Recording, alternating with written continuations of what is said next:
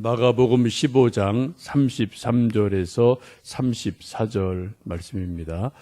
제6시가 되매 온 땅에 어둠이 임하여 제9시까지 계속하더니 제9시에 예수께서 크게 소리 지르시되 엘리 엘리 라마 사박다니 하시니 이를 번역하면 나의 하나님 어찌하여 나를 버리셨나이까 하는 뜻이라.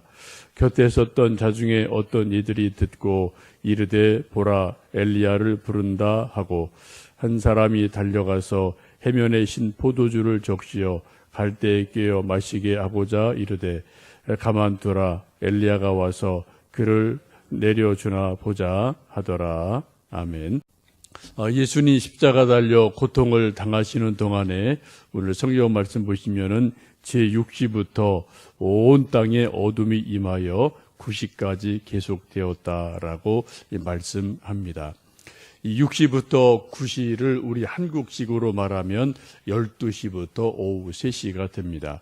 이 복음서에 나타난 시간에 우리 한국식으로 이해하시려면 더하기 6 하면은 대략 우리 요즘 한국 시간과 맞게 되죠. 예수님 고통당하시는 그 마지막 시간에 있어서 온 하늘이, 온 땅이 함께 슬퍼하고 애통해하는 모습입니다. 창조주 하나님의 독생자 예수님의 고통에 해도 달도 이 땅도 날씨도 다 같이 아주 아픈 마음으로 동참하는 그러한 고통의 시간이죠.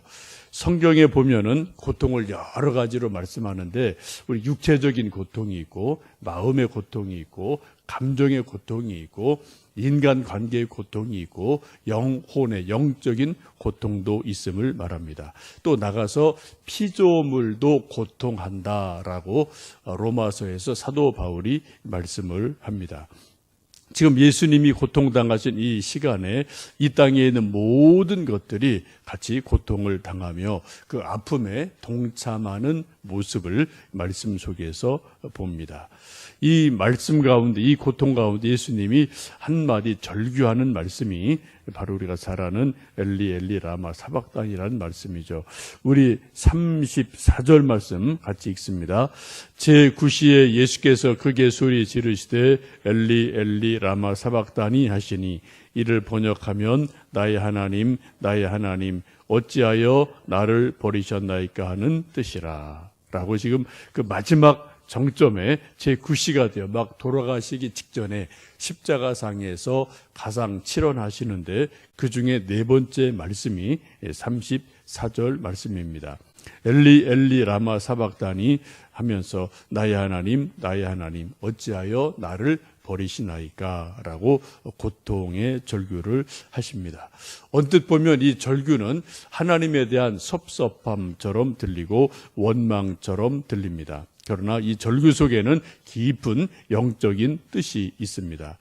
적어도 십자가상에는 4가지의 뜻이 이루어지고 있음을 보게 되는데 첫 번째는 사악한 인간들이 하나님의 아들 예수님을 십자가에 못 박는 그런 고통이 또 악행이 이루어지죠. 제사장들 또 총독 빌라도 이런 지도자들이 예수님을 십자가에 못 박습니다. 특별히 중요한 것은 대제사장, 서기관, 장로 이런 그 당시 유대교의 지도자들이 소위 종교인들이 하나님의 아들을 죽이는 그러한 일이 일어납니다. 이것을 고린도전서 2장 8절은 이 지혜는 이 세대의 관원이 하나도 알지 못하였나니 만일 알았다면 영광의 주를 십자가에 못 박지 아니하였으리라 라고 말씀하면서 이 제사장들, 종교 지도자들이 영광의 주를 알지 못했다. 그래서 십자가에 못 박았다라고 탄식합니다.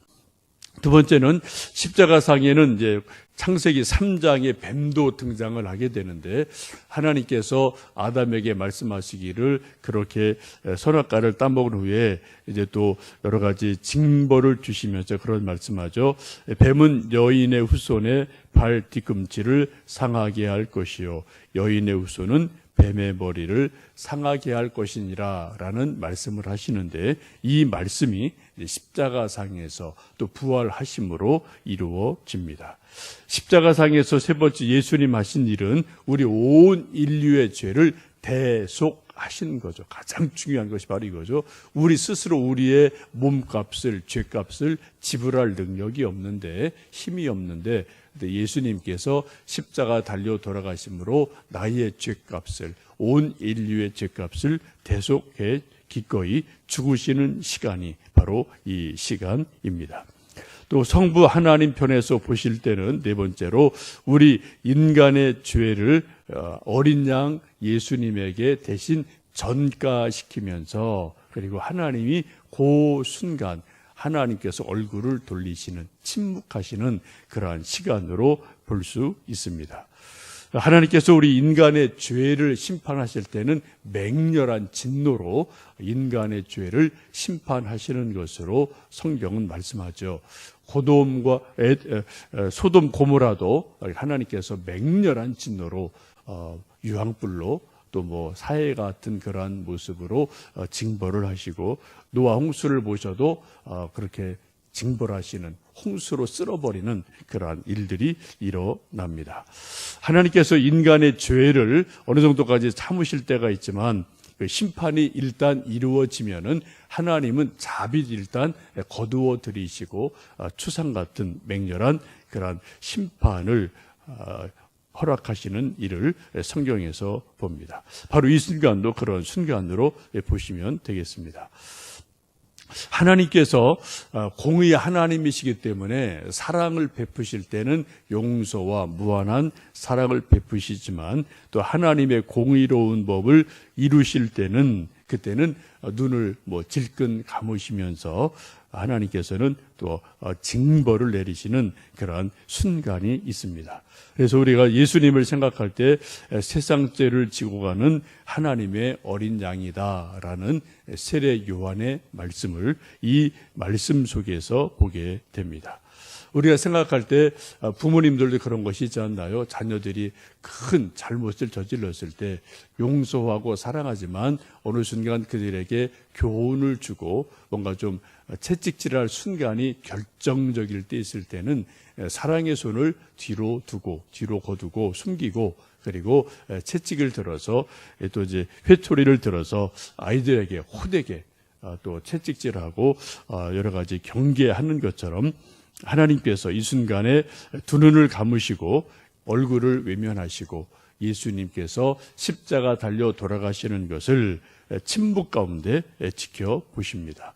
이때 예수님께서 느끼시는 그 고통과 외로움은 우리가 다 헤아릴 수가 없는데, 그때 바로 그 순간에 예수님이 하신 절규가 34절에 있는 말씀처럼 엘리 엘리 라마 사박다니, 나의 하나님 나의 하나님 어찌하여 나를 버리시나이까 라는 고통의 절규를 하게 됩니다. 이것을 보고 사람들은 혹시 엘리야가 와서 구원하나 보자 라고 또 조롱을 하게 되는 모습을 보게 됩니다. 이 순간을 예수님은 절규하셨고 하나님은 침묵하시는 시간으로 볼 수 있습니다. 우리도 신앙생활을 하다 보면 가장 답답한 시간 중에 하나가 하나님이 가만히 계시는 것처럼 느껴질 때가 가끔 있죠. 하나님의 침묵이라는 것을 우리도 종종 생각하고 느낄 때가 있습니다. 아무리 내가 기도를 해도, 내가 몸부림을 쳐도, 내가 또 부르짖어도 하나님이 들으시는지, 듣고 가만히 계신 건지, 아니면 안 들으시는 건지, 아니면 하나님이 지금 딴청을 치고 계시는 건지, 나한테 눈길을 안 주시는 건지, 어떤 그런 답답함을 우리도 가끔 인생 가운데 느낄 때가 있습니다. 그때 우리가 하나님이 왜 침묵하시나 라는 그런 어떤 고통스러움을 갖게 되고, 우리가 좀 낙심하게 되고 답답하게 되고 신앙의 뿌리까지 흔들할 때가 우리도 일생에 몇 번은 그런 일들이 있습니다. 이 하나님의 침묵이라는 주제로 책을 쓴 것들이 아주 많습니다. 기도에 대해서, 우리 인간의 연약함에 대해서, 하나님과 인간의 관계 속에서 우리가 늘 뭐 이렇게 맑은 날처럼 좋을 수만 없기 때문에 하나님이 왜 침묵하시나? 그 의미가 뭘까? 그럼 우리는 어떻게 해야 되나? 이런 것들을 고민한 많은 분들이 쓴 책들이 참 많이 있습니다. 예를 든다면 막 비가 막 억수같이 오는 날이면 아침부터 하루 종일, 하루, 이틀, 3일 계속 장마철에는 또 비가 올 때가 있는데 그때 아침부터 밤늦게까지 하루 이틀, 4일 계속 비가 오면은 사람들 생각에 해가 사라졌나? 해가 없어졌나? 라고 짧게 언뜻 생각할 수도 있죠. 왜요? 해가 정말 안 보이니까. 뭐 먹구름만 계속 있고 비만 내리니까 해가 이제 없어진 거 아니야? 라고 우리가 며칠 동안 느끼고 생각할 일이 가끔 이 땅에서 우리가 살다 보면은 있죠. 그러나 분명한 것은 저 비 위에, 구름 위에 또 태양은 역시 이글이글 타오르고 있는 것은 분명한데 우리 보기에는 태양이 안 보이니까 해가 없네, 해가 사라졌네 라고 느껴지는 상황들이 우리에게도 1년에 몇 번씩은 있게 됩니다. 영적인 것도 그런 일이 우리에게 가끔은 있다라는 거죠.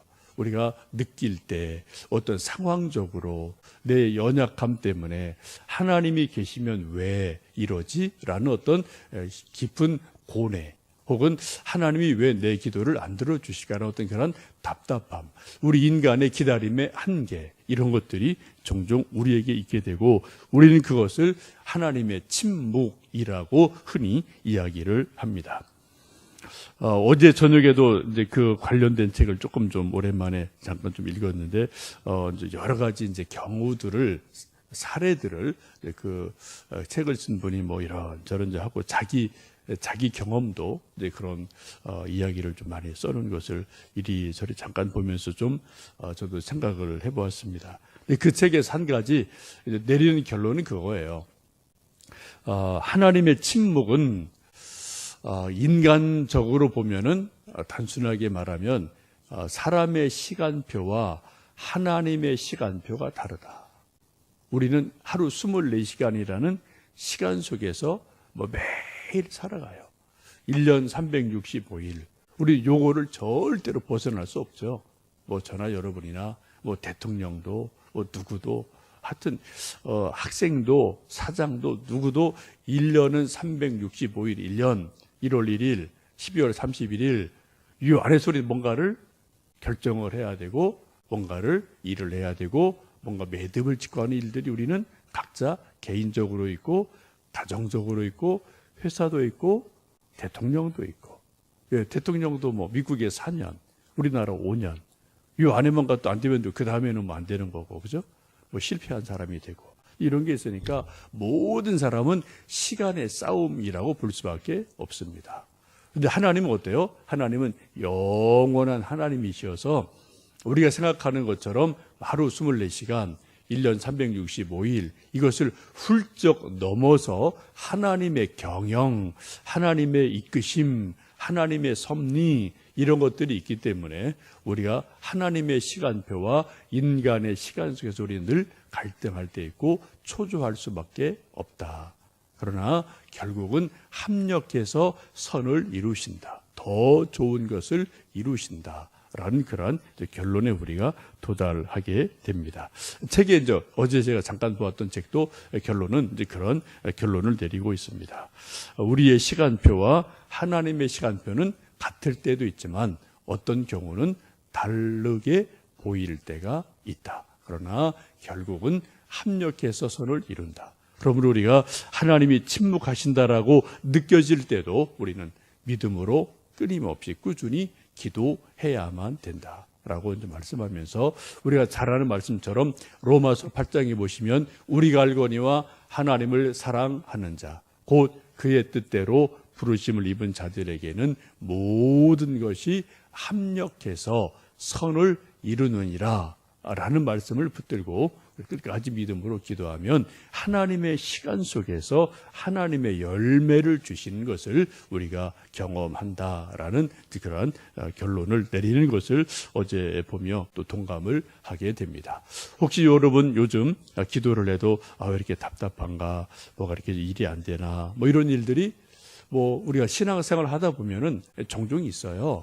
뭐 저도 있고 여러분도 있고 누구나 다 있죠. 그때 여러분 낙심하지 마시고 예수님처럼 엘리 엘리 라마 사박다니, 하나님 왜 나를 버리셨습니까? 왜 침묵하십니까? 라는 그러한 답답함이 있겠지만 오히려 더 그때가 기도할 때인 줄 알고 열심으로 기도하고 또 그 어둠과 새벽을 이겨내서 또 하나님 주시는 은혜를 누리시는 귀한 하루 되시기를 주님의 이름으로 축복합니다. 함께 기도하겠습니다.